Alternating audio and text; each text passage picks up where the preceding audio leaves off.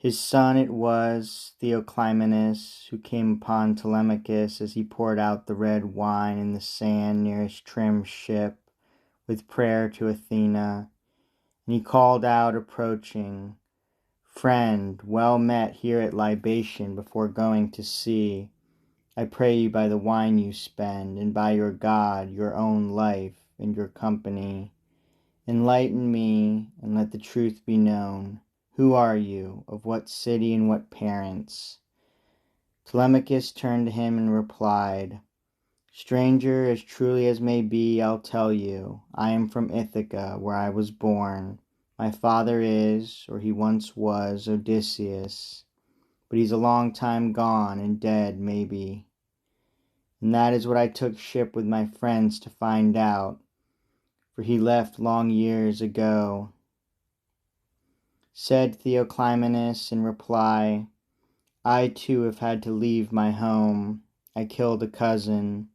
In the wide grazing lands of Argos live many kinsmen of his and friends in power, great among the Achaeans. These I fled, death and vengeance at my back. As fate has turned now, I came wandering overland. Give me a plank aboard your ship, I beg, or they will kill me. They are on my track." Telemachus made answer, "No two ways about it. Will I pry you from our gunwale when you are desperate to get to sea? Come aboard, share what we have, and welcome."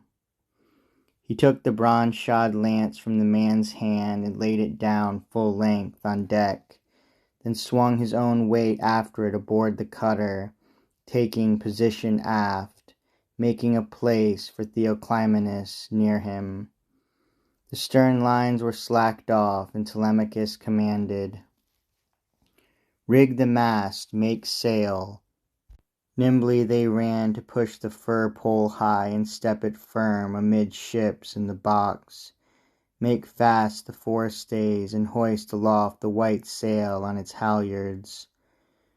A following wind came down from grey-eyed Athena, blowing brisk through heaven, and so steady the cutter lapped up miles of the salt blue sea.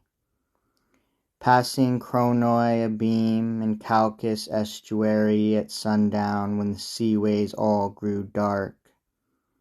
Then by Athena's wind borne on, the ship rounded Phae by night and coasted Elis, the green domain of the Epoi.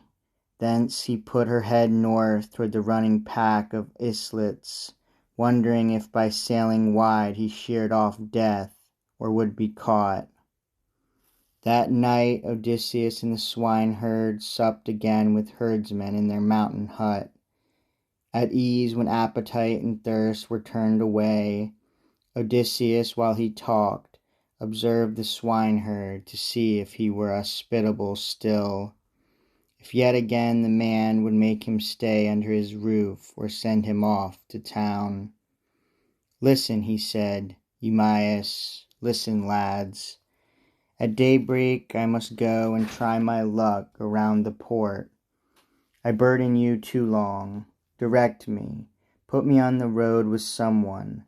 Nothing else for it but to play the beggar in populous parts. I'll get a cup or loaf, maybe from some householder.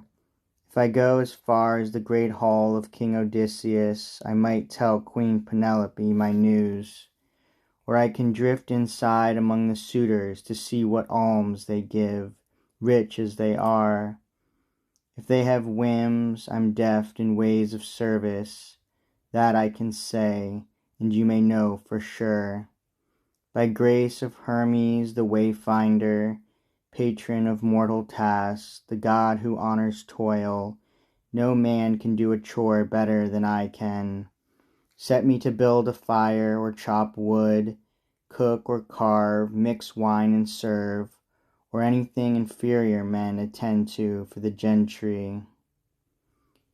Now you were furious at this, Eumaeus, and answered, "O my swineherd, friend, friend, how could this fantasy take hold of you?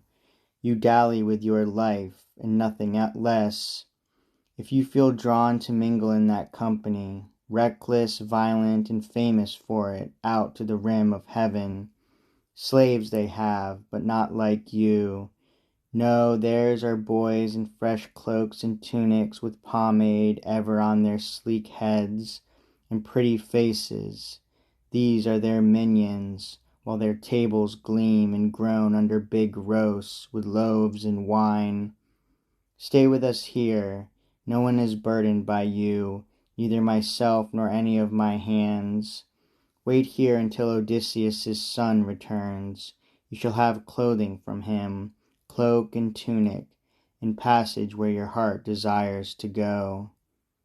The noble and enduring man replied, May you be dear to Zeus for this, Eumaeus, even as you are to me.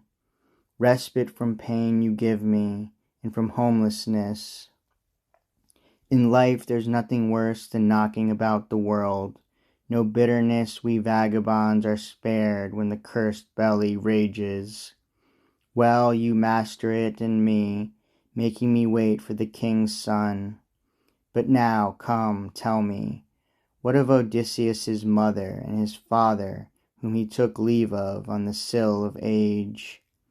Are they under the sun's rays living still, or gone down long ago to lodge with death